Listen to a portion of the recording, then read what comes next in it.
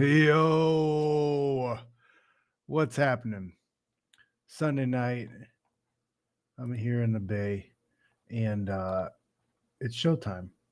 We're gonna talk about fights. It was a spectacular weekend of fights, guys. It was spectacular. It was a lot of fights, ridiculous amounts of fights. Right? Definitely had a ridiculous amount of fights this weekend, and I enjoyed the majority of them, even though um, one of those fights was boxing, and boxing's dead. Well, here we're talking about another corpse, another day, another corpse. I don't get it. Boxing's so corrupt, and there's no corruption in MMA. Whatever. Man. But we got some fights to talk about. We got some guys in the chat. Hey, you guys like? You got a lot of outside questions that aren't pertaining to the fights this weekend. Send a super chat. Get my attention, okay? Otherwise, I gotta power through because there's so many fights, guys. So many fights. We might be here a while. Let me get this. My girl asking me questions.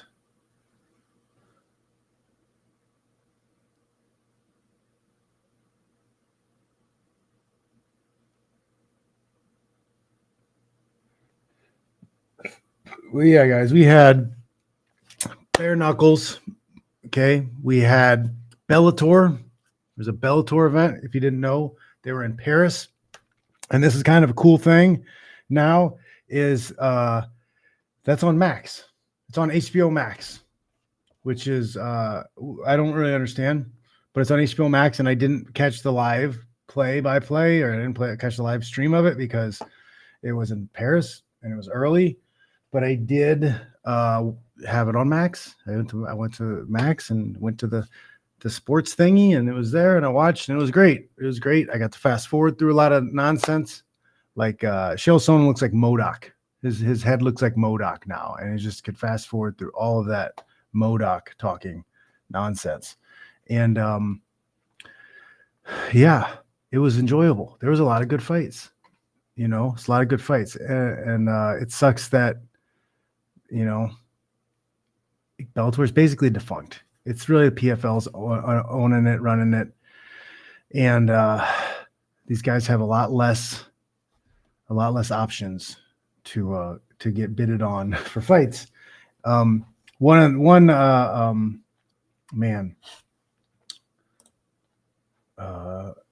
particular. Am I forgetting this thing I wanted to mention? Was I should have brought this up. I should have had this up already. But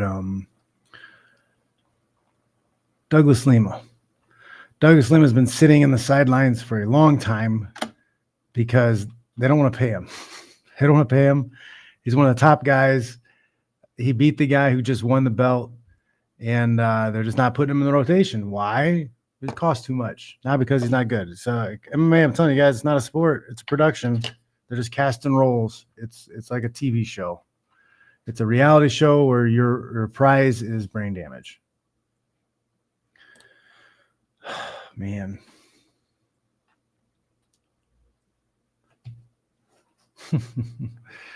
So where we want to kick off with? Where we want to kick off? Man, I didn't even get the Bellator thing up yet. Sorry, guys.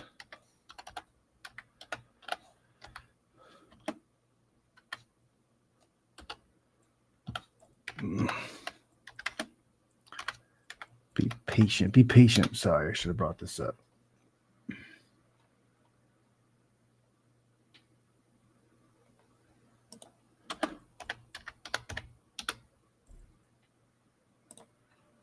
All right. Let's start Friday with the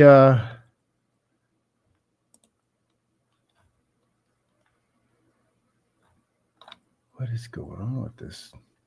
Why is it so difficult to find these stupid things? Okay, there we go. I found it. All right, so let's kick off. Bare knuckles. There were a lot of good fights from beginning to end. The free fights, they usually put up free fights on YouTube or somewhere for you guys to catch. If you're not catching those, you're missing out. It's free violence. You're making a mistake not watching. First fight was Meyer Peralta, and Peralta looked just he had too much power. He had too much power, and eventually he caught his opponent. He caught Meyer in the fourth round, minute 10, the fourth round. I think it's just too much power. What is going on? The dog is making noise now. You guys hear the dog out there barking? Something's bothering him.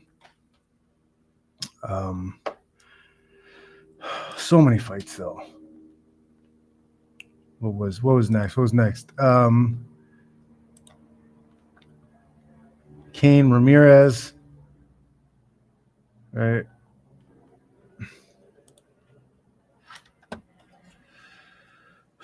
Ramirez, they're both debuting. Ramirez dropped twice. Oh, Ramirez dropped Kane twice. And to the KO. 1 second left in the first round. These knockouts, they're just different, man. When people get hit. What else did we have? Morrow and Krejci.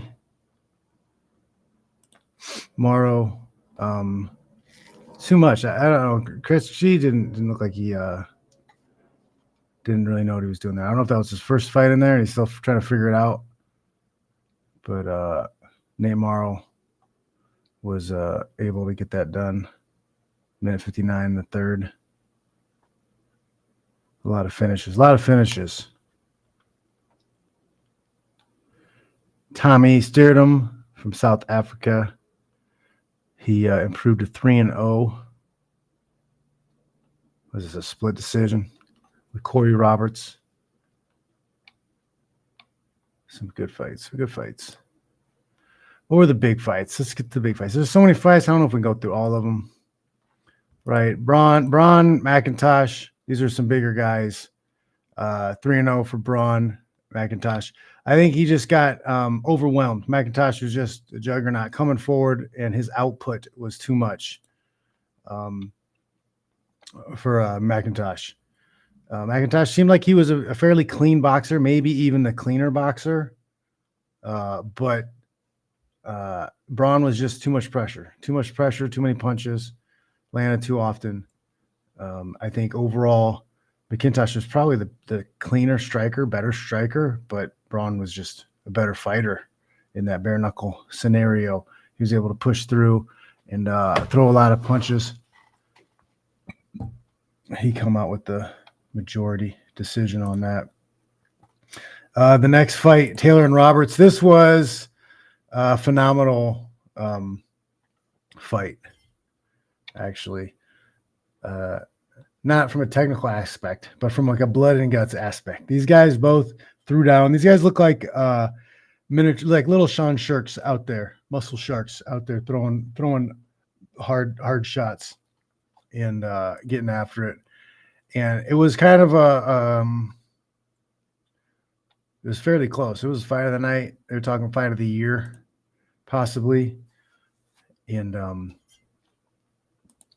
Taylor was able to weather a lot of Roberts' storm.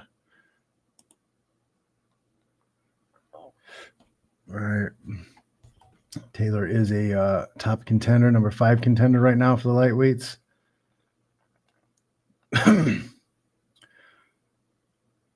There's some knockdowns. It was a good bloody fight. Lots of blood, lots of carnage there. They were getting after it. I missed this one. The Wilson and Efikandu. He was clean, calm in that fight, was waiting for his opportunities. He's 2-0 now. Emeka Efikandu. Was this majority decision win over Wilson, but he just looked cleaner. I feel like if he would have picked up the pace, if he would have thrown more punches, if he would have had more output, he definitely could have finished that fight. I think so. I think the Scott Coker and Melendez. I think it was this Saturday, because the gym. I teach wrestling class over at Fightcraft, and they had some athletes that were competing in it. So yeah, Taylor is near a title shot. I think he's just had a lot of output. It looked good. Martinez and Grosu, I don't know about this fight. You know,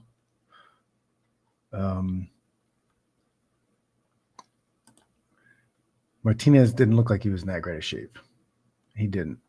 He just didn't look like he was in that great of shape coming out there. Is that it? Maybe that's the style. He's 3-1, so he's got some wins in the bare knuckles. But I don't know. Was that a last-minute replacement that I didn't know about?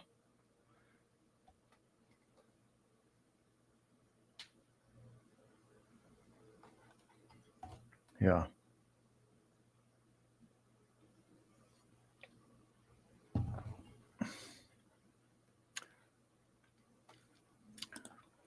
Grosu with the win. He's a tough dude. Martinez had a good record. He was 3-0 at the time, but I don't know. It was a bad night for him. Some guys have bad nights. I don't know. Holloway and Cochran. This was a good fight. Both these guys are solid. They're solid. Holloway is a slick, good movement, good footwork, moves his head well, lands good punches. What was it? It was a Van Camp he fought a while ago. He did really well with it. It was a tough fight. But Cochran is just powerhouse. He's got big power. He hits hard. And if he's in front of you long enough and he lands, he's gonna do some damage. 42-second in the second round.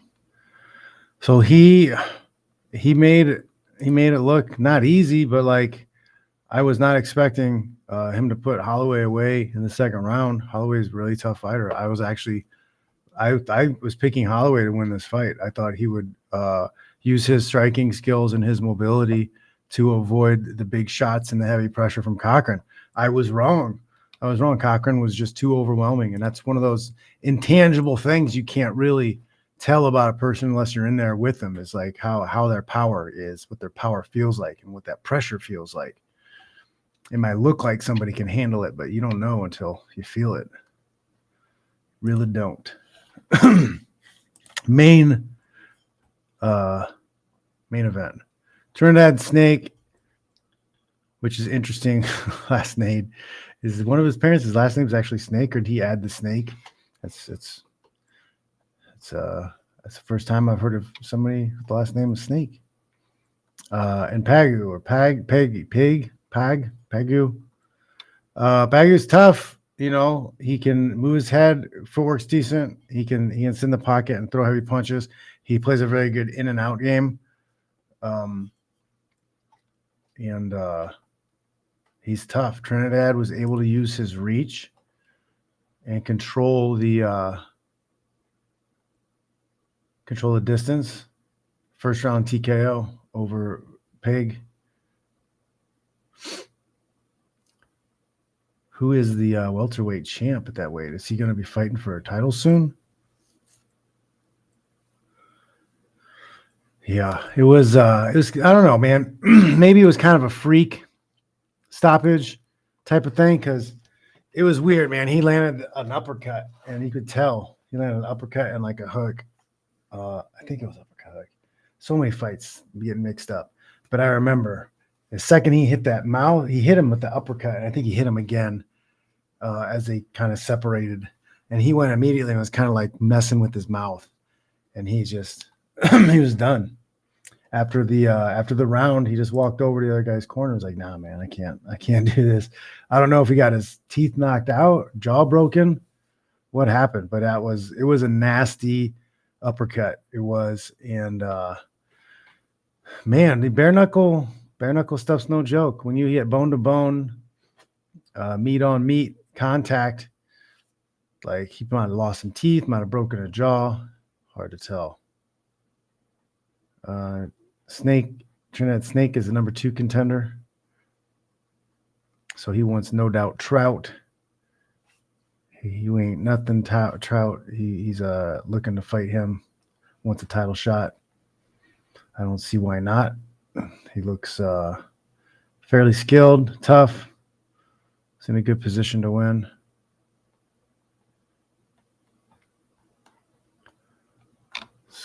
Good fights. Good fights.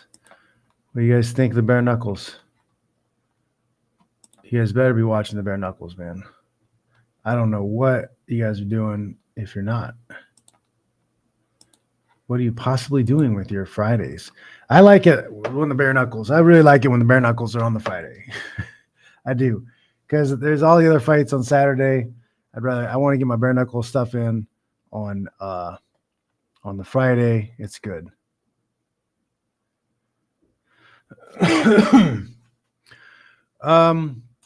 Amazon, yeah, the Scott Coker Melendez event. Coker he's a mastermind promoter. He's good. He knows what he's doing, and he's basically guiding. He's mentoring Gilbert through this, I believe. Right? I don't think Scott's all that impassioned about continuing to promote, but he's partnered with Melendez. I think he's helping Melendez get the hang of it and learn what's going on. And Scott knows that's how you fill the stadiums up. That's how you fill the arenas up. That's how you keep money, how you get money to come into your promotion. He uses a lot of local fighters. He uses local fighters, local gyms, and Bay Area is a big place, and there's a lot of gyms. So it's a good place for these two to run their promotion and just have the area guys be fighting. You're gonna have a lot of people driving into San Jose and the San Jose event center areas to watch their guy fight, watch their team guy fight. Scott, I don't know if I've seen any other promoters do this, but Scott would often put local guys at the end of the main events. You have the main events, and then you'd have like 4 or 5 local guys fighting or local matches. And what that would do is that would keep everybody in the stadium, because a lot of the people who were there just to see their local guy, their gym guy. They didn't even care. A lot of people don't even care about the main event. If he's from out of town or somewhere else, sometimes they just don't care. And their guy fights and they get up and they leave.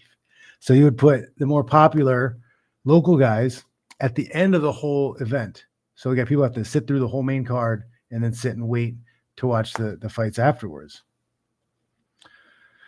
So he knows what he's doing, especially he knows what he's doing in this area at least. Yeah, better boxing. I wouldn't know if it's boxing, because it's a little bit different with bare knuckle. It's cleaner because you like boxing. You can use some throwaway punches and hit them in the gloves and those type of things. Keep range. Like you got to be way more selective with your punches in bare knuckles. I think it seems like you've got to be very laser focused on where you're landing, because it doesn't take much to bust your hand up.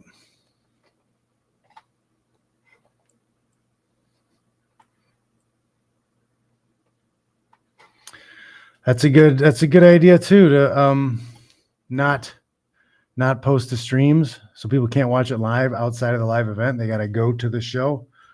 Then afterwards, you might be able to sell the stream or sell the replay back. That's probably not a bad idea.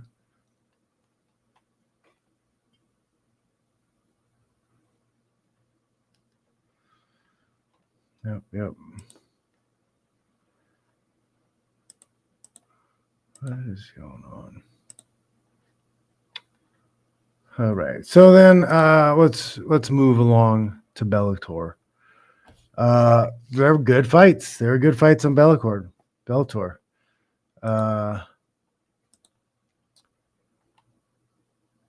Which were the big ones? I don't know what's going on with my internet, man. My internet's really pissing me off. I'm paying almost $200 a month for this crappy internet. It's supposed to be like the top tier, but like I click on a link and it like spin. It doesn't open up right away. Gateway timeout. This is ridiculous. You people suck. Like, oh man, there were definitely good fights. A Juju and Bruno Fontes.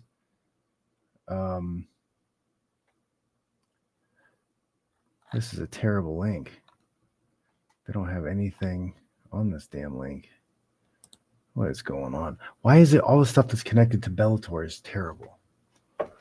Like the links are bad, the coverage is bad, the promotion for announcing when the fights are going to be are bad. Why? What the hell? What is going on? Like who's running it?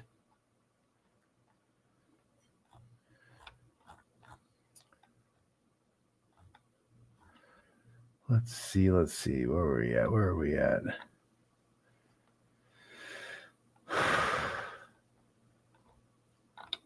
Yep. There it was. A Juju with the win. KO round 2. Was that the knee or whatever? The big guy did a back roll. The talent in these European countries is there. You're good. There's hella solid fighters. And that's it's not a new thing. We can talk about that a little bit later. But the skill set of fighters back, 30 years ago was not less than what you're seeing with a lot of guys now. And I can prove it. Middleweight fight, Hill and Shipman. Right, Shipman with the win. TKO round 1 right at the end. Or did he not finish the round?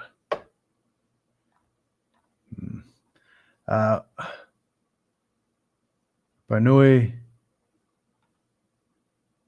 looked really good. Barnouille looked really good. He was able to strike, but then he worked his way to a takedown, progressed to get the sub at the end of the first round. He looked really good. He's a tough fighter, man. He's good. Heavyweights. We got some big heavyweights.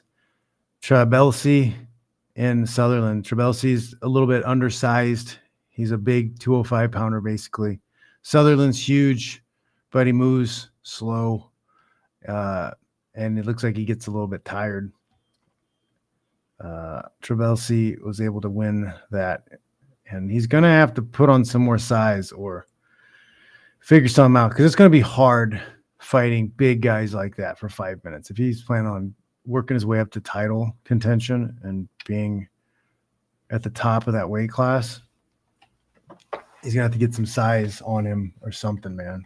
Or he's going to have to learn how to be more explosive and more damaging, to say, early. He's got to hurt these big guys and put them away, because that's danger, I think, getting a fat guy with power coming at you in the 5th, and you have to push that big size around that whole time when you're undersized. That's difficult. Can be done, though. We did see Usyk just push a big heavyweight around. Colgan versus Guti. Colgan just smashed Gauti the whole 15 minutes. Took him down, beat him up on top, bloodied him up a little bit. Did not look good. Colgan could stand to find some time to let some space and let the guy start coming up and maybe do damage with more explosive strikes somehow. Try to get these guys out of there a little bit faster so he's not in there for 3 rounds. But he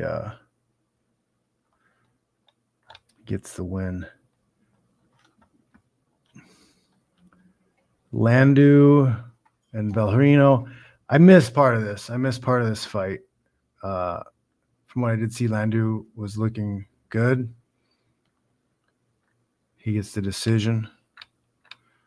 Got distracted for a minute. Ben Bean and Vestinas. And this is the fight, right, that Douglas Lima was kind of upset about, because he's got a win over Stinas, maybe. or one of these guys, and Stinas won, but like they're not calling him up. They're not offering him any fights. And he thinks it's because he costs too much. They don't want to honor his contract because he costs too much. They want to honor his rank. It's not a sport. Stinas gets the submission. Round 2. It was a Von Flute choke. Babini got greedy, and that is the Von Flute choke is a very it's a very good lesson for guys to learn, right? It's a lesson about greed, because some guys will get around that neck and they think, I've got the neck, I've got the neck, I've got the neck. And the guy starts passing his guard, and you got to recognize, oh, I don't really have the neck. I'm in a bad spot. But if you're greedy, you're like, no, I'm not letting go of this neck. I'm not letting go of this neck. And he passes through, and your arm handed up to getting trapped, and you're in a position where he puts that pressure forward, and now he's in that Von Flute choke. And you pay for your greed. You pay for your greed. Do not be greedy, guys. The co-main event. This guy is remarkable. And it's sad that not enough people know who this guy is or what's going on with him. I think he got one loss from a splinter. He got TKO'd via splinter. He got something stuck in his toe. I don't see how that's his fault. I don't know how that's not a no contest. You know what I'm saying?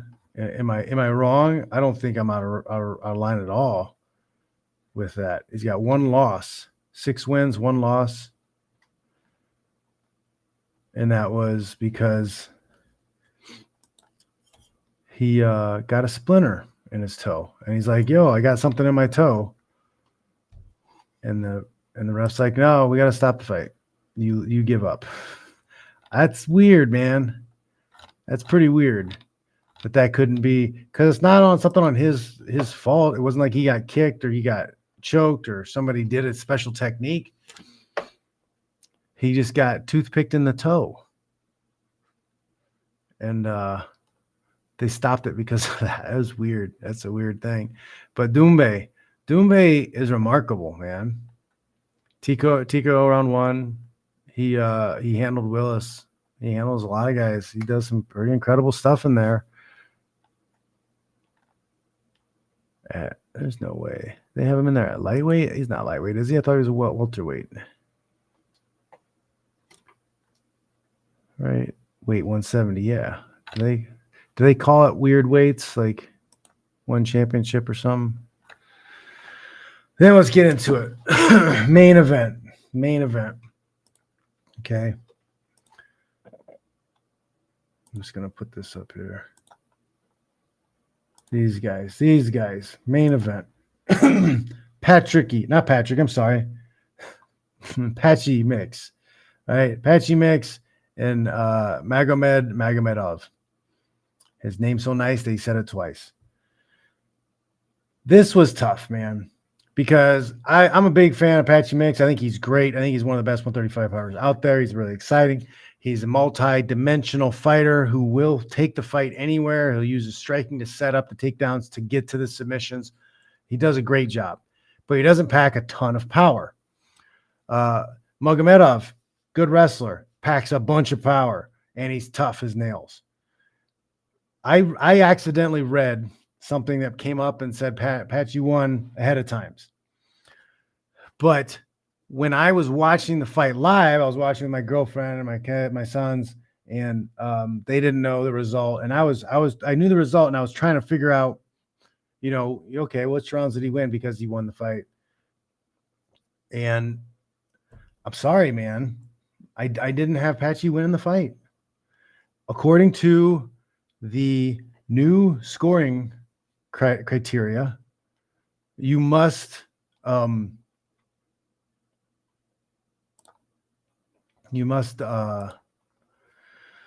score techniques that move the fight along to a finish more, right? And I felt like Magomedov was landing big punches that visibly wobbled Patchy. you could tell like something happened that made him change the way he was fighting. He was hurt. I thought the output of Patchy wasn't enough to win. I was really thinking that Magomedov won the fight. It was close. It was very close. And I'm gonna have to watch it back multiple times to get a clear decision. It was a very close fight. There should be a rematch. These guys should fight again pretty soon because I don't know, man. That was close. And I'm a big Patchy Mix fan. I think he's great. I think he's a great fighter. He's a lot of fun to watch. He gets things done, but I don't know. I think Magomedov performed better, and I think he was closer to finishing the fight.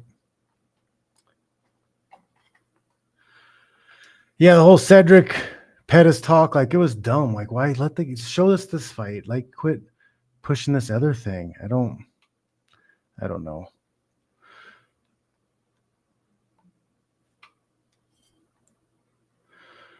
Yeah, they screwed me on that McDonald fight too. I won 4 of those rounds. You can't tell me I didn't.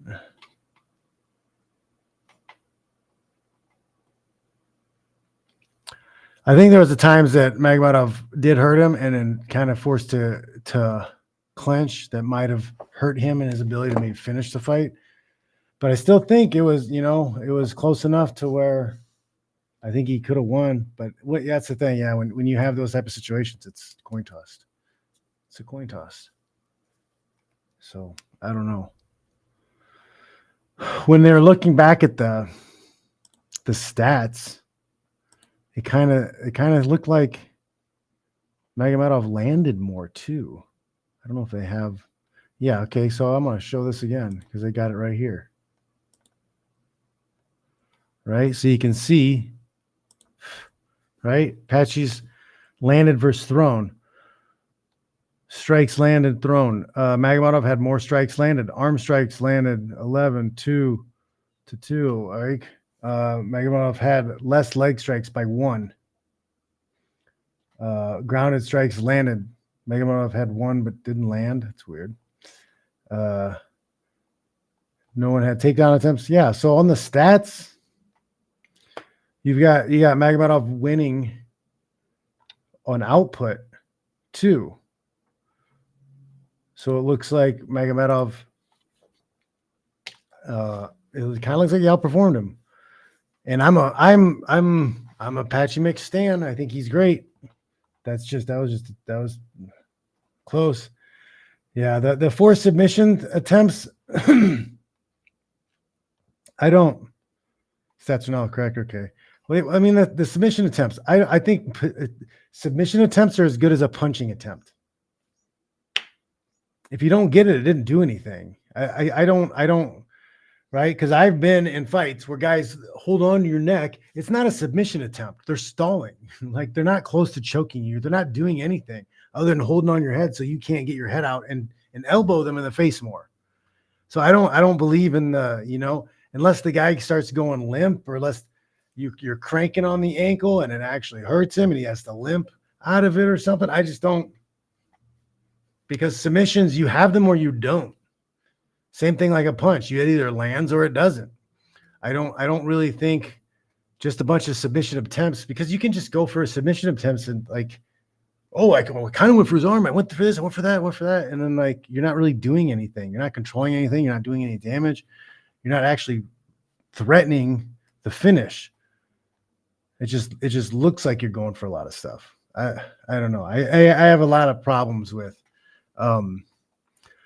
scoring for submission attempts because like, I don't know, like what level of how close does it need to be for you to consider it to be actually doing something? Because like if you don't have the angle, you got your legs locked around a triangle and you don't have the angle and he's just posturing there and you're squeezing, like you're wearing your legs out. The guy on bottom is wearing his legs out. And if you can hit the guy while he's choking you, like I feel like you're doing more damage than the leg squeeze. I don't know. Bare knuckles is $40 for a year. That's pretty affordable. You can go back and watch the fights afterwards too. All right. So, Champion Series, Bellator Paris was interesting. What do you guys think? Should we do UFC first? Or you guys want to talk about the boxing, the dead sport? Should we talk about the dead sport first, or do you guys want to talk about UFC? And less of these Bellator cards means that they're going to be more high level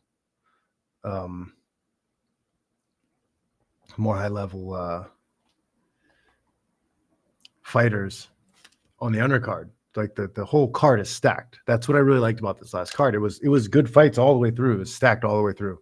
That was cool. I wasn't thinking like, what? Why is this person fighting right now? Like, this person isn't as good as a fighter in the 90s was. So why degrade and go backwards? Usyk, guys, talking about Usyk. Okay. Alexander Usyk. So first thing with the Usyk and Tyson Fury card, I watched the majority of the undercards, undercard fights. And usually there aren't a lot of great undercard fights in boxing, but this was different. They had multiple title shots going down. The big one that I watched that was a lot of fun and really cool to see was Anthony Kakashi, if I'm saying that right, Kakashi, and Joe Cordina. And Kakashi just put on a spectacular performance. He did a great job, landed big punches, did a lot of work, put a lot of pressure on. He had a smaller belt. Cordina had the bigger belt. Kakashi is an older guy, and he was so happy to win that title. And he was like, all you guys have been ducking me. Like, nobody's getting a shot. None of you guys are getting a shot. You wouldn't give me a shot to fight for this belt. Now I've got it. Now screw you guys. Which is funny, but that's the one thing about the boxing that's difficult, is because you've got so many layers of people who have to be okay with the contract, with the deal. It's not just fighter versus fighter or promoter and promoter. You have multiple tiers. You have different promoters. You have different. You have the athletes. You have the promoters. You have the sanctioning bodies who run the titles, who control the titles. Right. You have the platform that it's shown on, that's streamed on, or live on the pay-per-view or whatever. They're in there too. And then you got the athletic commissions. You got all these layers, and all these people all have to come to agreements on some level. That's difficult, and that's the big thing that is not great with boxing. The other thing is that there is corruption, but I'll tell you what, there's way more corruption in MMA, because the business model of MMA is corrupt. Everything that happens in MMA is corrupt. The whole model is corrupt. It's run on corruption. Boxing, yes, corruption happens, but guess what? Because of the Ali Act, you can actually sue people. You can actually sue people. If they do something wrong, you can actually find a way to do something. MMA, nope, not so much, because the control that the promoters have, namely UFC, they make you sign agreements saying that if you have any legal disputes with them, you have to go to arbitrary court, which means you have to go and talk to their judge, who they pay and is they're friends with, and you have to convince that guy who's their buddy that they did something wrong. And that never happens. You never win. Nobody's ever won in that scenario. It doesn't happen. And that's why they do it. Now they're forcing guys to sign over, saying that they will not join any class actions either. It's wild. Next fight was the Jai Apatia and Marius Briedis. This was an okay fight, but I don't know. I wasn't paying that much attention to it because the Kakashi fight was really great. It was good. He did some good stuff. Then we get into the heavyweight fight, and this is the third time in boxing history at heavyweight that all of these belts, the top 4 belts, have come together. The top 4 belts have come together, and that's pretty wild. There's Ali Frazier. Guys, I may be wrong. I'm not a historian on this, but I think Ali Frazier was one of them, and I think Tyson Spinks, I think maybe what might have been one. And now it's been 20 something years or some crap until it's happened again. And now here we are. Usyk is got all the belts. He's got a buttload of belts. BLB, buttload of belts. And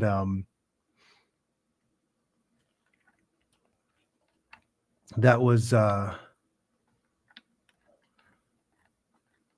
it was big. It's important. People are saying, "Oh, they never come together." Blah, blah, blah. Well, it happened, and now we have history. And there's way less fights happening at the top in MMA right now today than there are boxing. 25 years since Lennox Lewis. Was it Holyfield, Lennox Lewis? That was the last time? Okay. It wasn't a Tyson fight? True lineal champ. Yeah, he's the champ. He's got all 4 of the belts and a bunch of other lesser belts. But that is how you gain value and notoriety in boxing. You collect belts, and that makes you popular. That gets you a higher rank, and that makes people want to fight you because they want your rank. They're fighting you for the rank. Like MMA, you don't own your rank, so there's no real leverage to get people to fight you who don't want to fight you because you don't have anything to offer. But the fight itself, Usyk came out pretty fast, feeling it out, touching, moving around a lot, winning the rounds early. Tyson Fury was feeling him out, trying to find his range and find out what's going on. Middle of the fight, Fury has figured out that range. He figured out what he's doing. He's moving well and trying to stay off the ropes. He lands some really nice uppercuts to the head, uppercuts to the body. That was like his big punch of the fight, was finding a home for that uppercut. But Fury, when he's out in the middle of the ring moving, he is so hard to freaking hit. He moves so well for a big giant guy like that. But Usyk surprisingly was able to keep that pressure on him throughout the fight. And that's not an easy task to do, to put pressure on a bigger guy. He put pressure on the bigger guy. He put him into the corner and did work into the corner and was able to find openings to land big punches.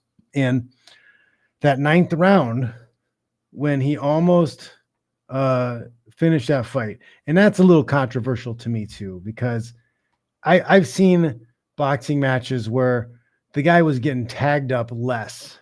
The guy was getting tagged up way less than Fury was in that 9th round when he's falling, and it was on ice skates. He's Bambi on ice, slipping and falling all over the place. I've seen fights be stopped for less, but the ref let it keep going. I'm thinking because it was such a big fight and you haven't had this happen in such a long time that you just let it go. You let it go, see what happens. You want the fight to be decisive. So I don't fault the ref too much for that, but people probably would have been pretty pissed if Fury would have won the decision because, yeah, they would have been mad that they didn't stop it. But somehow Fury, he's got a will like no other. He really does. He is a special type of person. He didn't go down. He stayed up, almost fell to the ropes, stayed up on his feet, and then was able to come back and finish the fight. And it was close. He was doing good stuff, but Usyk was keeping that pressure on him and keeping him back in the cage, making him a sitting duck, making it harder for him to move around and make him miss. It was great. And Tyson Fury, yes, does have an extraordinary chin. Absolutely. Yeah, Usyk is solid, man. He's a really solid fighter. He's good. He's tough. Oh, Sambo background now. Hand fighting is important for boxers because you can prevent people from tying you up. Not knowing how to hand fight is accepting the clinch from somebody else. The guy who knows how to clinch and force the clinch, you're accepting the clinch. If you don't learn how to hand fight, if you don't learn how to get out of those positions. And Fury could have slowed that fight down a lot. You're right. He could have slowed that fight down a lot and used that clinch to maybe lean on and wear out Usyk. Usyk. I don't know if I say Usyk.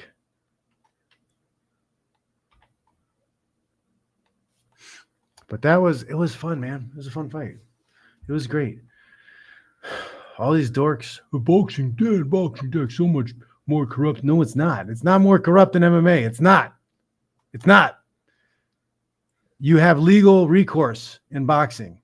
Yes, corrupt things happen, but guess what? You can sue. You can actually take legal action in those situations. You can't in MMA. You can't, because the corruption is written into the business model. You cannot. They will make you sign off on the ability to even press charges or do anything legal against them. Not press charges, but to file a lawsuit against them. You have to go to arbitrary court. UFC is known, has been caught red-handed faking or letting failed drug tests go multiple times. That's we know of multiple times. How many do we not know of? Anytime you catch somebody doing something a couple times, they've done it hundreds of times. Hundreds of times. You can't tell me that's bullcrap. Oh, well, there's no fixed fights in MMA. Bullshit. I don't think for 1 second that Tito Ortiz versus Ken Shamrock were legitimate fights at all. Tito may have been dumb enough to believe that they're legitimate fights, but I think Dana and Ken were in on it 100%. That guy had no business even being in that fight. He was on like a 5-6 fight losing streak, getting his ass kicked over in Japan. They bring him over here and create this fake beef. It was wild, man.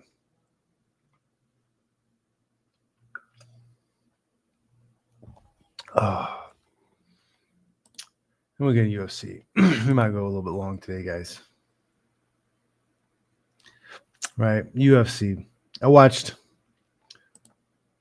these fights. Let's get to the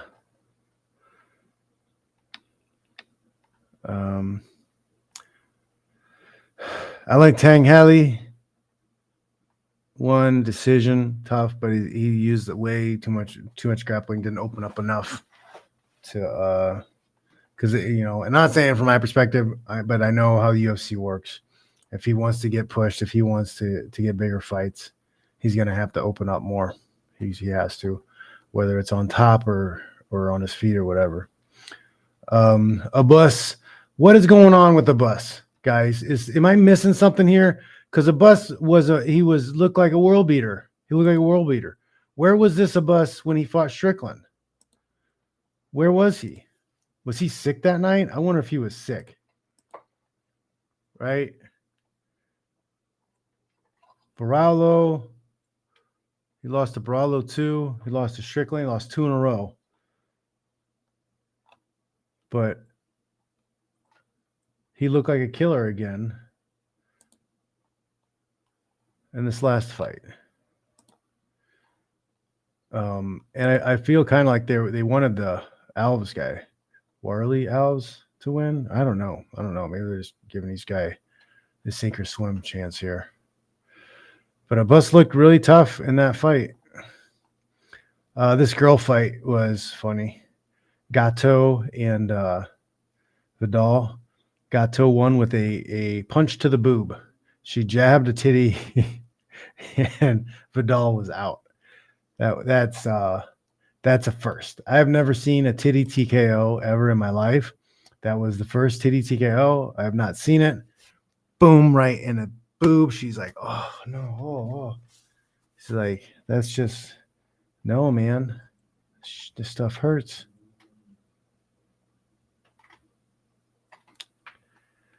The Pirate Patrick. Patrick hasn't been around. I haven't seen Patrick in a long time. I haven't seen him in a very long time. He hasn't been at AKA. I don't know where he's at or what's going on. Mr. Ayala.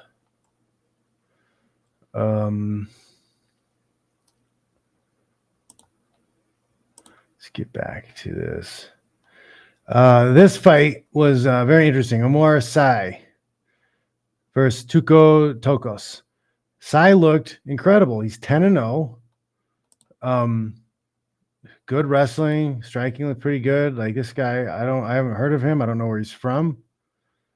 This looks like his first UFC fight from what I'm seeing here. But I would like to see more of this guy. He looked really solid. He looked solid. Looks like he had a other fight canceled on him. I'm not sure if it's his only UFC fight, but he looked good, man.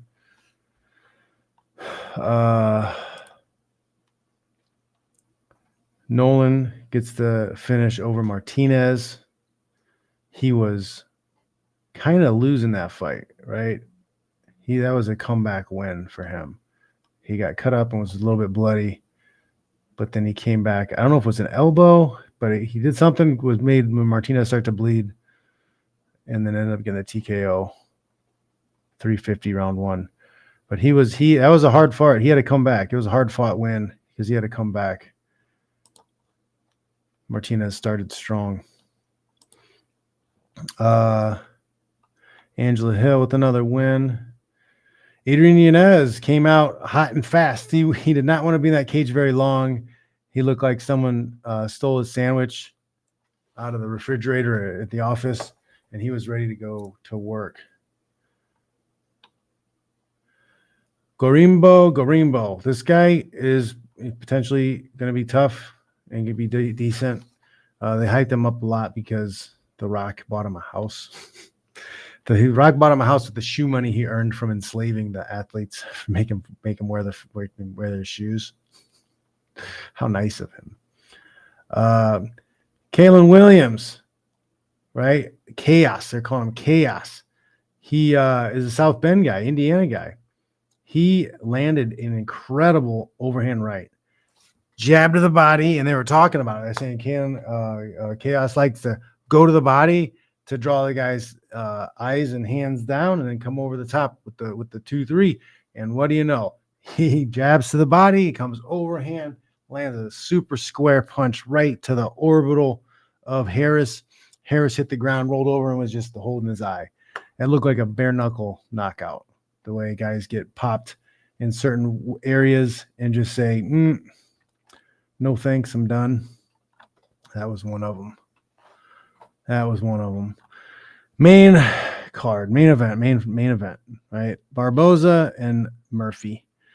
Now, we all know what this was. They're gatekeeping with Barboza. He's been around for a long time. He started fighting in 2010 in the UFC. 14 years with the UFC. He's had a buttload of fights. He's a stud. He can fight you anywhere, fight you hard, finish you anywhere. And he stayed in that fight and pushed Murphy to the brink, but Murphy was just outpointing him, landing more than he was. Barboza almost finished the fight. I think it was at the end of the first or end of the second round, where he upkicked him, caught him square in the mouth, face, nose region, and Murphy dropped like a sack of potatoes. He dropped like a sack of potatoes into Barboza's guard, but the bell rang right then, and there was no time for Barboza to do anything with it. If he had 15 to 20 more seconds, I think that fight's over with. Barboza finishes. But he missed his little opportunity right there, and Murphy just kept pouring on the pressure. Barboza's face looked awful afterwards, just swollen up, just gnarly afterwards. He took some damage, took some beatings for that fight. And that's the fights. That's the fights, man. That's the fights. Barboza needs to move up to 155. Barboza needs to retire. Barboza needs to go and spend some time on the beach, spend some time with family. He's been fighting at a high level for a very, very long time.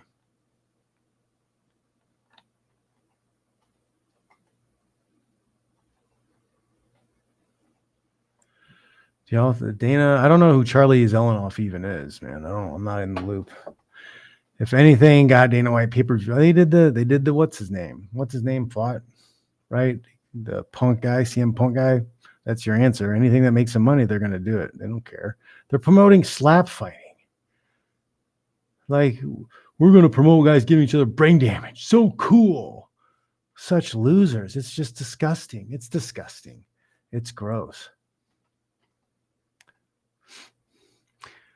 Yeah, Snake. I don't know why, Rattlesnake. I don't know why we've never seen a titty TKO before. And I wonder if like fake boobs, would that give you like some level of protection? Would that be like a bop, bop, ha, ha, ha, that shields you from the titty shot? I don't know.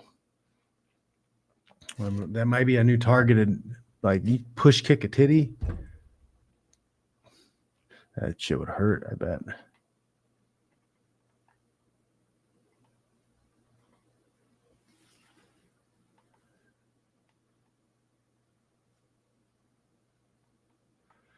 I don't even know who Tim Welch is.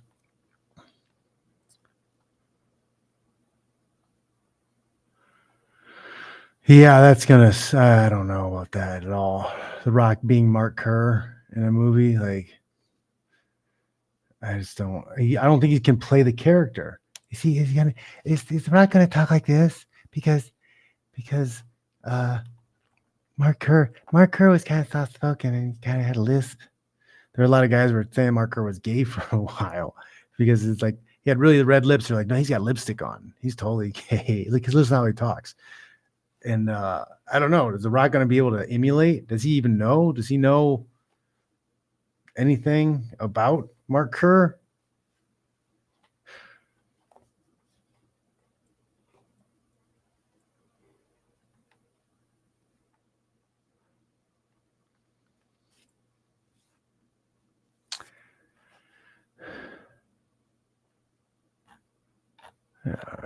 All right, guys. You got a lot of people in the chat. That's good. You got a lot of people in the chat. If you guys really want questions answered, you can always super chat. Okay. Real quick, let's look at 302. UFC 302. Let's just take a quick look, okay? Lima and Temin Dembélé. That is interesting. Two guys fighting. This may be first time in the UFC on a pay-per-view, is it? Because they're 8-0. No, Lima has one win over Igor da Silva back in March 2023, over a year ago. He had some fights canceled on him.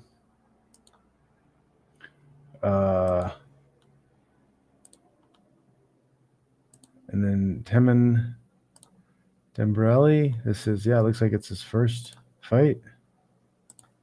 So it could be interesting. Someone's has got to go. We'll see. Mickey Gall is back. He's fighting Hafez. 7-5, 8-4. I don't know. I can't make a pick on that because I don't know Hafez. Morano versus Nico Price.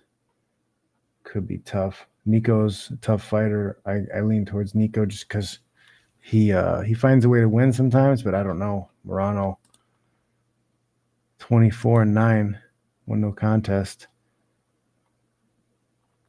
He's got a win over Court McGee.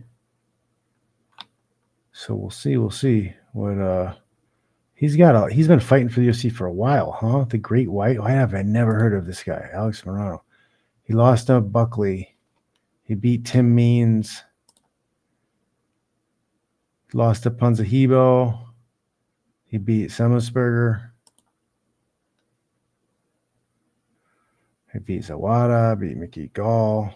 He beat Cerrone. So he's got some decent wins in here. Right? Decent wins, but what's the price? What's the price coming off of here? He's been fighting for a long time too. 2016. Lost to Lawler last year. He lost to Rowe. He hasn't had a fight in a minute. Oliveira he beat. He lost to Pereira. Man, yeah, I don't know. This is looking like two guys fighting for their job right now. winner stays, loser goes, maybe. Is that what's happening with this fight? Next fight is Philip Rowe and Jake Matthews.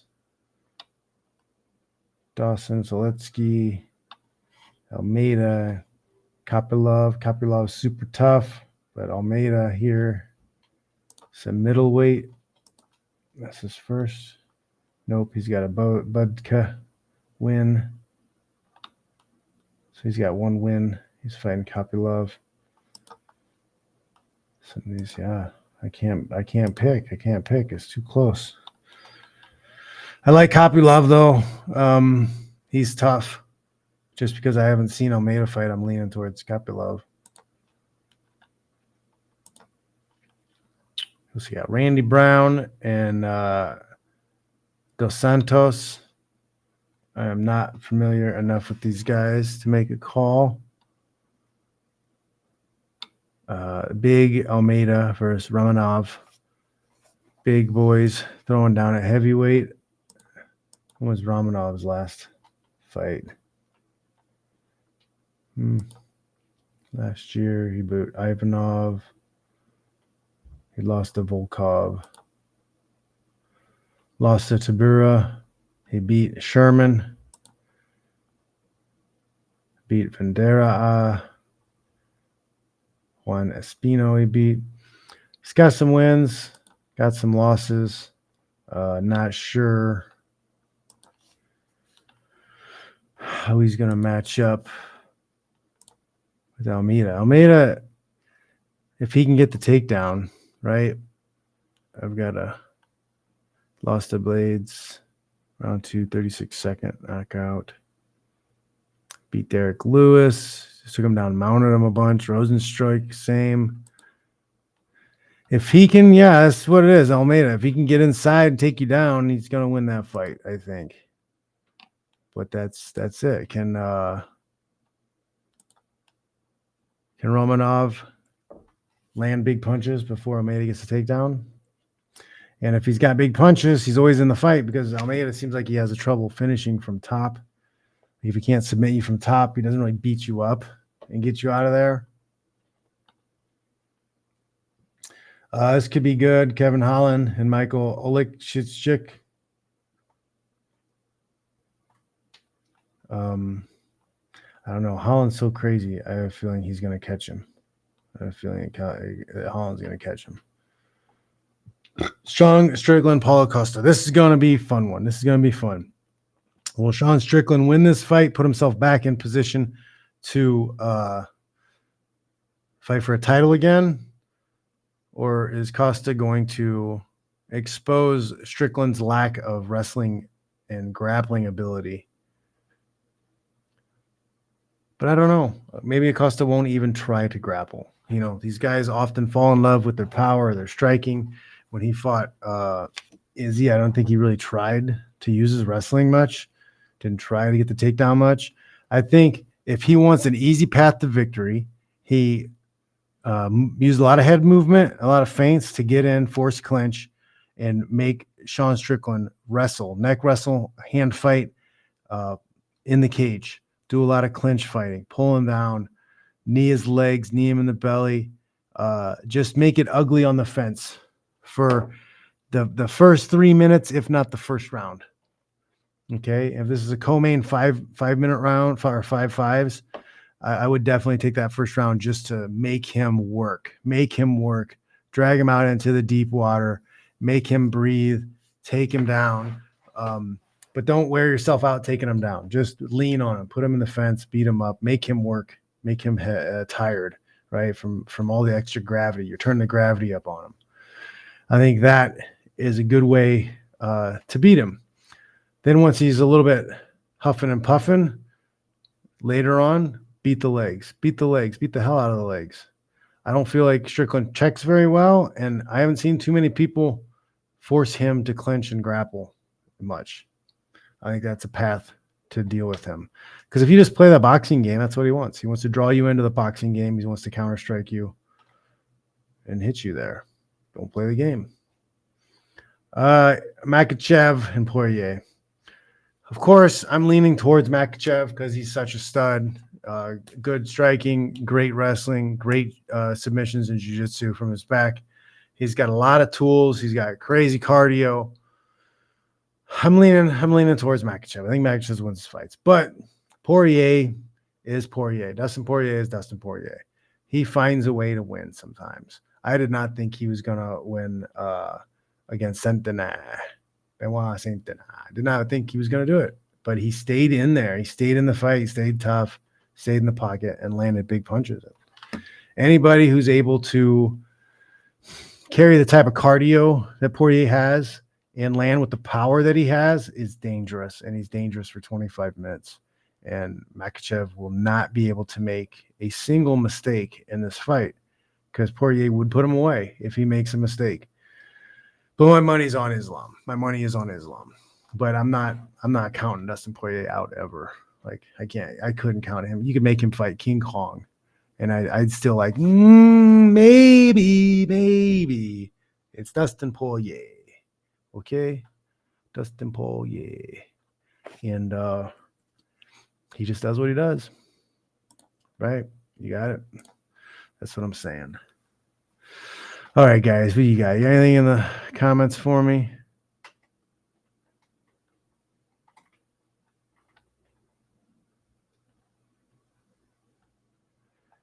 What do you mean now? Like some of these guys, I think I don't trust any of this drug test stuff, man.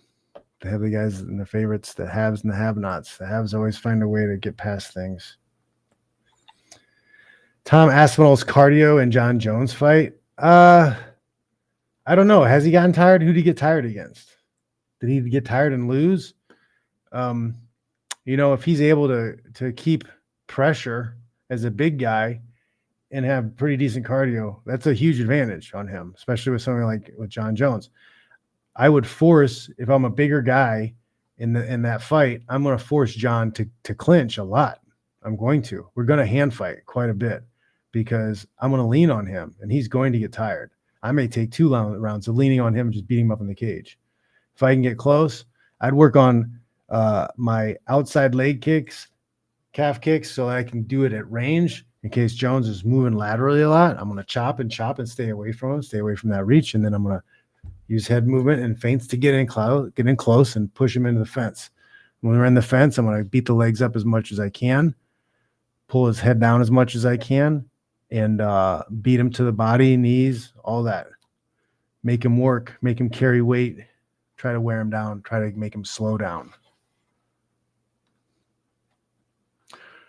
But, I mean, we're not getting to watch any of these fights we want to watch anyways because the UFC's greed and how they control everything, their monopoly prevents the best fights from happening. We don't get to see them.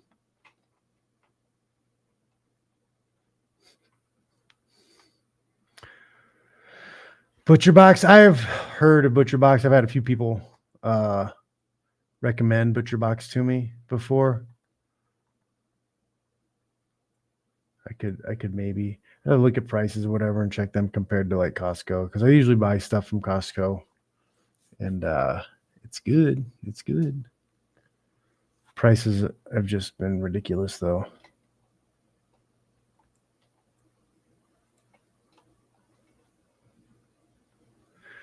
Hamzamir, Strickland will win. Paulo is stupid. Yeah, that's what I'm thinking. On paper, like Paulo Costa should run through Strickland, but he fights stupid.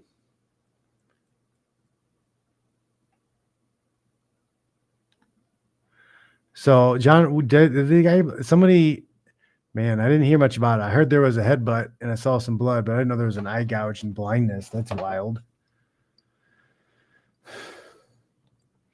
It's possible that he hasn't signed the contract because UFC announces fights all the time before contracts are signed. I think guys need to start using this to their favor. If the UFC is going to do this, be like, all right, well, I'm not going to sign the contract until you give me what I want. Like you already announced the fight. It's on the poster. Everybody's already buying this. Give me what I want. Or nope. Go ahead, extend my contract. That's like the only leverage I think you like to have. And you might get over them once, but then they're going to screw you afterwards. So you use it at the right time. But they do that all the time because then it pressures guys into signing contracts when they'd rather renegotiate or do something else. Like, yeah, everybody's excited about your fight. Well, I didn't sign any contract. I want more. I want a different contract. That's illegal in boxing because that's you're what do you call it? Not a covert contract. I'm getting words mixed up in my head.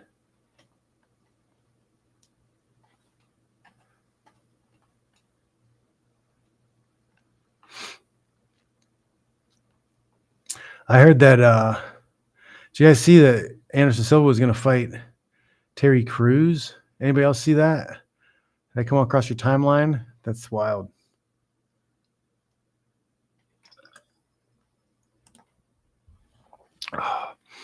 Zach Loves Cats says, did you have high hopes for Phil Broney at AK? Yes.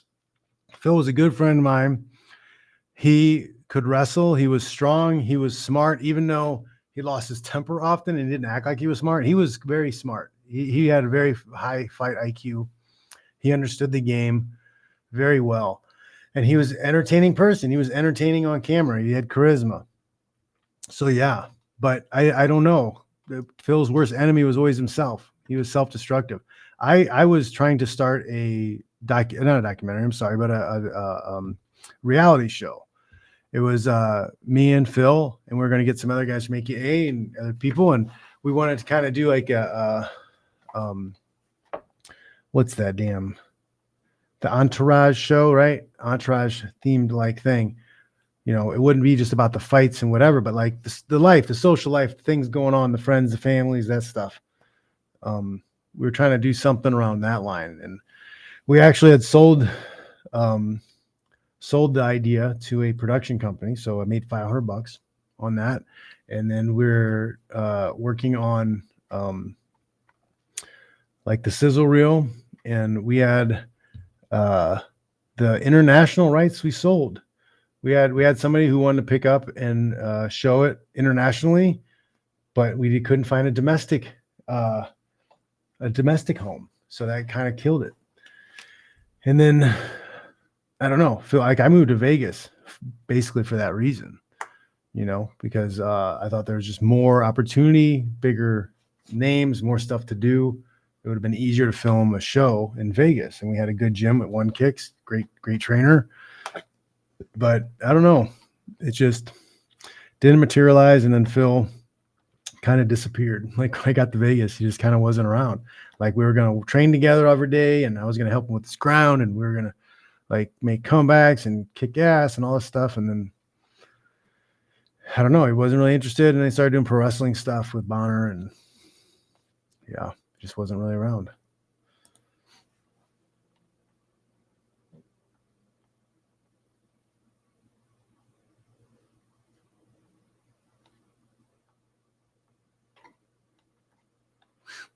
Floodland says, do you think Gaethje could have used wrestling against Holloway or his BJJ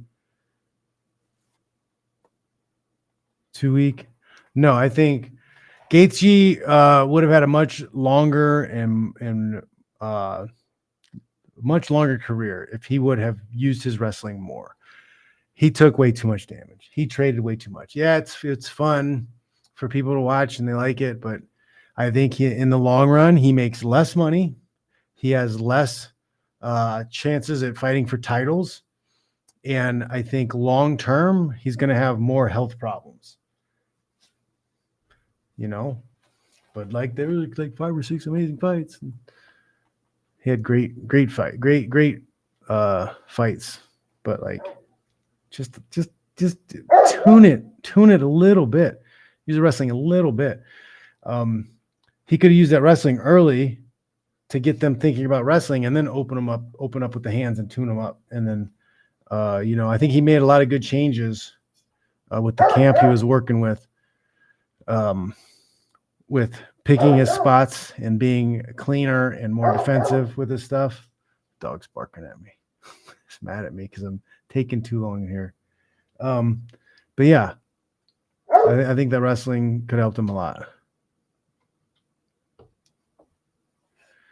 You can't, hey man, you can't sue pharmaceutical companies. They got protections. You can't sue them. There is no suing. Pharmaceutical company gives you a drug and it messes you up. Screw you. We didn't tell you to take it. It was your choice.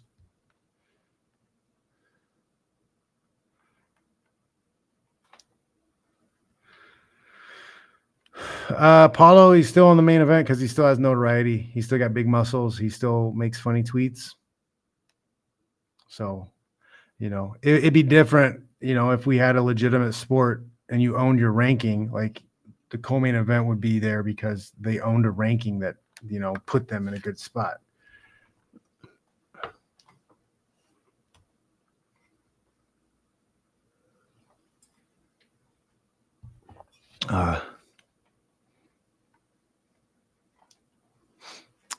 Yeah, is that actually happening? June 15th, is that happening?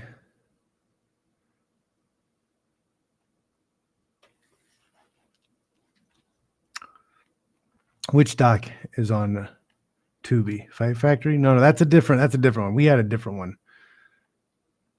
That Fight Factory is there.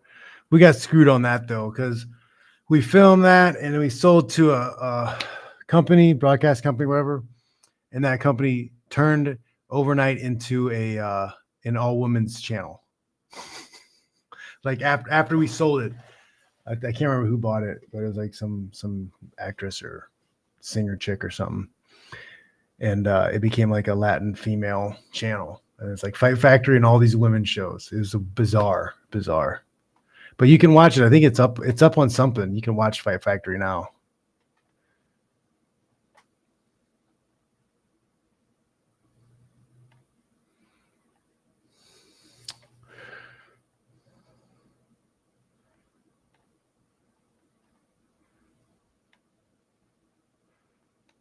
So wait a minute. So it's not Terry Crews isn't boxing. That's just a selling thing to get them to watch Shale and Anderson box.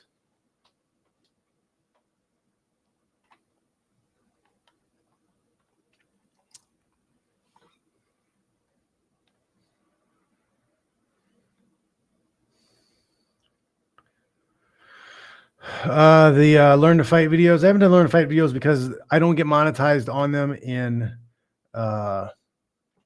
YouTube.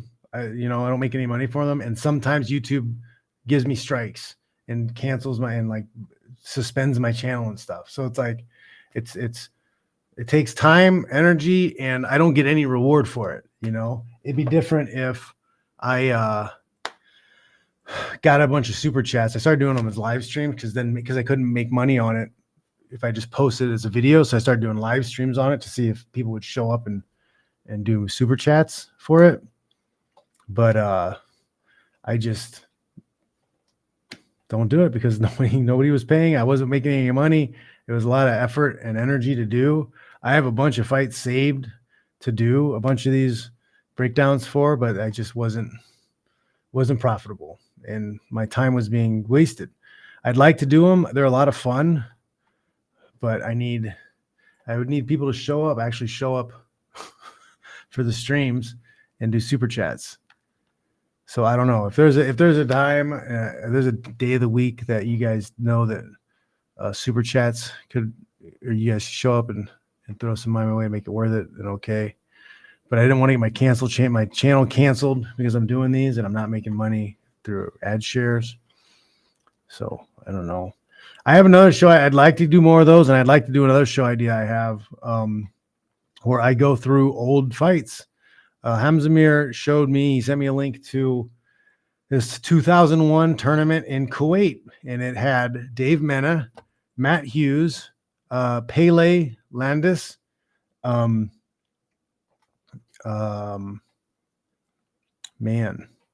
Carlos Newton was in it. Like, this was a crazy tournament, and none of those guys won the tournament. Some guy I've never heard about from Dagestan won the tournament. So in 2001, it's crazy. Like, people have no idea how good fighters were 20, 30, 40 years ago. Like, this idea that, the fighters today would kick the shit out of people back in the 80s and 90s. No, they wouldn't. there were guys who were way more skilled back then than they are today. These guys were doing it. Yeah, the Dagestani won that tournament. It was an 8-man tournament. The Dagestani won it. It was crazy. And like these guys have like solid striking, solid wrestling, solid jiu-jitsu skills. Sorry, man. Like there's some really badass fighters back in the day. The super chat. What's up? Zach loves cats. Says, did you implement any funk wrestling at Purdue? There wasn't a ton of funk out there, not like the Ben Askren funk that there is today. There's all kinds of crazy funk today. I was watching a Bo Nickel clip today of this crazy pin he did. It was nuts. This wrist ride. He flipped the guy over and then wrapped his legs around his head, almost like an upside down triangle, and then put him to his back and ended up getting the pin. It was crazy. But that was, I think a lot of this funk started developing more when people started doing more jiu-jitsu. People were doing wrestling and jiu-jitsu. I feel like they had a little bit of an influence. I had a couple funky things, but not on the level of what guys do today for funk. It's crazy, some of the stuff they're doing.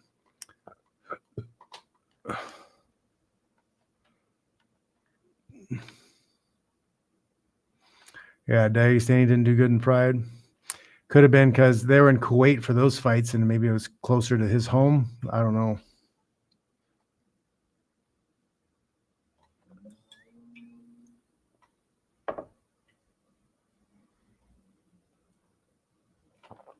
Yeah, I think he did too. Apparently, definitely got robbed against Dave Mena. He didn't win that fight.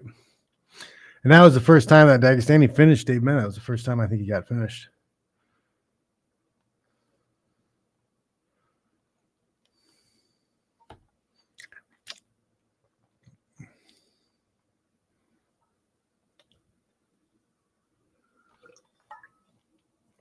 All right, guys. I think we're out of time. We're a little bit long today, but we had so many fights to talk about. I had a fun time with you guys. Thanks for stopping by. Thanks for watching. Appreciate you. It's great to have you guys come in and listen to me babble about fights. Because if you guys weren't coming here to listen, like I would just be talking to my sons and my girlfriend all day, like blah, blah, blah, blah, about this stuff, and then just be like, "Fuck, shut up!" Like we saw it. We were there. We were there. I'm like, no, why are you playing Pokemon? Like, I'm glad that somebody else cares and wants to talk about the fights. Yeah, that's crazy. Hot ass arenas for those fights. All right, though, guys. I think we covered a good amount of stuff. Little preview of the fights coming up. I think probably gonna have some good stuff going on. But I don't know, man. I'd really like to do something where I could watch the old fights with you guys. I could show them, because I don't think the companies that own the rights to them even anymore exist. I don't think anybody could tell me to take it down on some of these. But there are some definite fights that I would love to like just go over.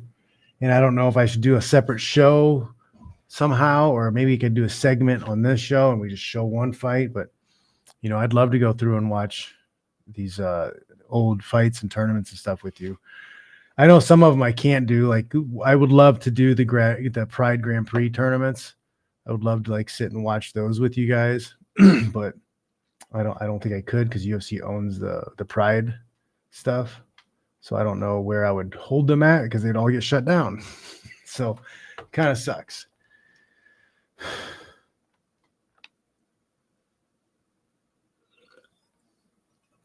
Rings, yeah, that was one of the first old school fights I saw. Was one with Tom Erickson. He knocked out Kevin Randleman, and then he had like a 30-minute match with Bustamante or something. It was crazy. Bustamante's like 185 pounds. Tom's like walking around at 300. Bustamante is one of the baddest dudes ever. He doesn't get enough credit.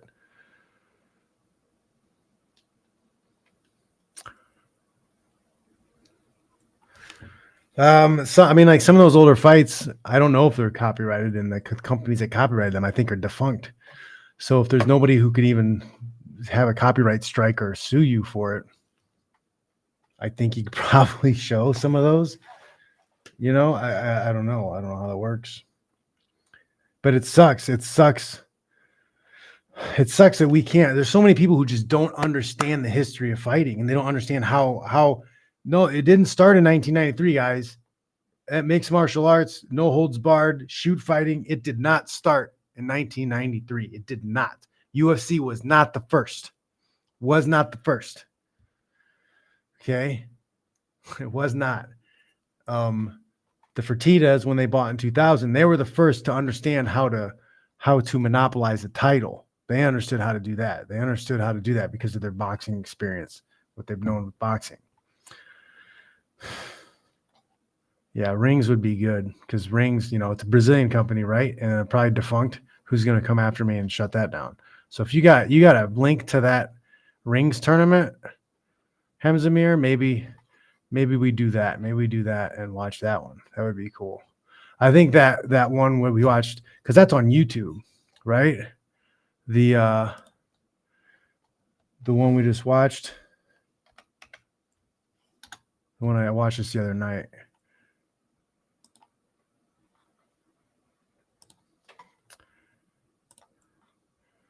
Okay, yeah, I'm gonna see if I can find a. Right? Is this a link? Is this just a YouTube link, right?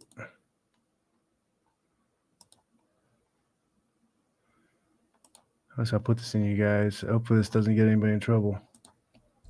Yeah, this Kuwait one's on YouTube. I'll post this. You guys watch this, man. Dave Mena, Matt Hughes, Carlos Newton, Pele Landis, a couple guys I've never heard of who are really great. There's also a couple guys who aren't very good, but you gotta do that. It'd be great to do a watch along with something from those. Oops, reload this page we talk about. Nothing's happening.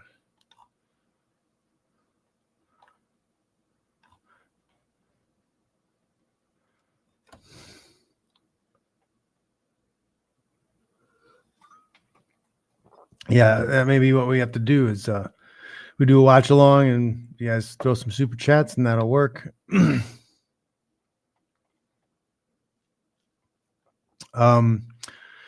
Pre-Frank Shamrock, there's definitely stuff pre-Frank Shamrock. One of the tournaments, the Challenger Champions 9 that Hamzamir sent me was 1990. It was like Long Beach, so Southern California. It was in a big gym on wrestling mats. There was no striking to the head on the ground, right? And there was no closed fist on the feet. So they could punch to the body, punch to the chest, they could kick to the head, they could knee to the head. There was all clinching and wrestling, and submissions were all available. It was crazy.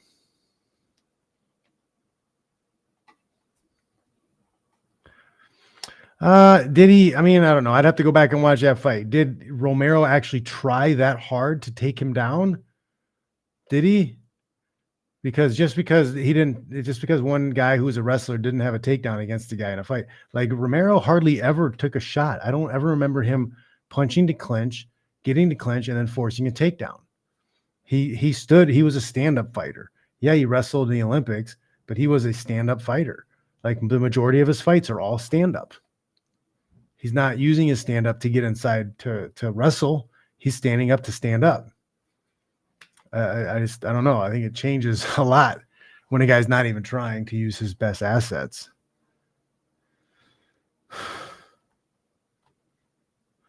Yeah, Rings was good, man. Rings, Jungle Fights. There was a lot of good fights back in the day you guys just don't even know about. A lot of great fighters. I want to find Hamzamir. I see you find the 32-man tournament that Igor Vovchanchyn won.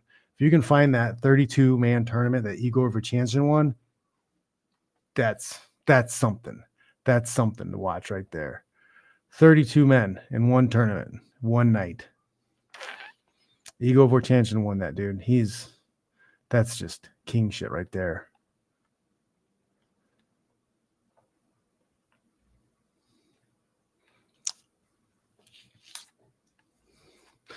Hendo was a Greco guy, so I don't know. He punched a clinch, then maybe use a clinch. Yeah, I don't think Romero tried. Yeah, he didn't try to take Izzy down. But all right, guys, I'm running long. I'll figure something out because that would be fun. I think that would be a lot of fun. I put that Warriors War 1 in the chat. If you guys see that, check it out sometime because it's interesting. You gotta know your history, guys. Know your history. All right.